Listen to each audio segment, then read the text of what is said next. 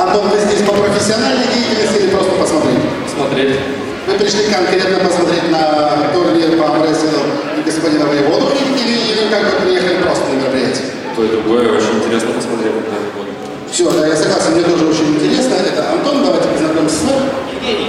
Евгений, а вы по профессиональной деятельности? Конечно, я за движуху вообще. Просто за движуху. Ну, в принципе, я думаю, 90% людей приехали на движуху, прикольно, пойдем там, посмотрим, что там есть. Итак, Антон, Евгений, прошу к столу, дальше Борис, вы, правила. Спортсмены, пожалуйста, к столу.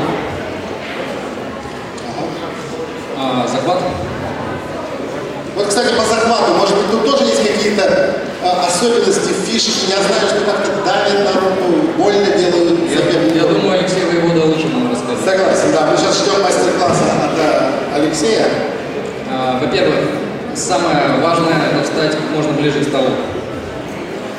Затем есть два рабочих угла. Вот это первый рабочий угол, это второй рабочий угол. При борьбе их нужно минимизировать, то есть стать как можно ближе. И руку к себе потянуть тоже как можно ближе. Антон только что сдал свой телефон Борису. При старте спортсмены выставляют плечи ровно к столу, чтобы быть в ровном положении. Затем выпрямляются кисти и дается команда «Гоу». Победу одержал спортсмен. Антон, вот скажи, пожалуйста.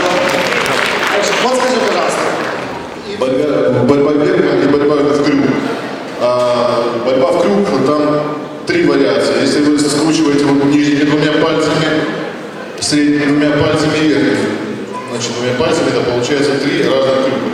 Соответственно, вверх то же самое, там есть несколько вариаций. Вот примерно где-то 27 вариаций борьбы существует. 27?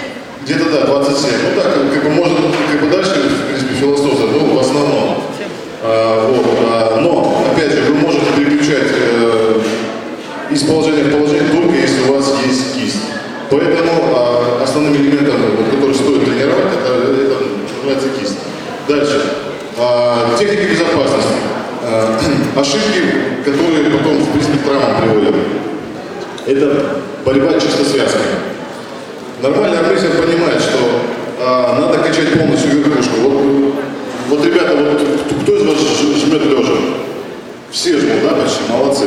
Вот, это очень здорово, потому что у вас должен быть очень высокий уровень общей физической подготовки. Я где-то 200 жму, Денис Цыпленков жмет 260, 270 и так далее. Это как бы, это, в принципе, не показатель, самое главное, сколько ты поднимаешь с пола. То есть, что можно, это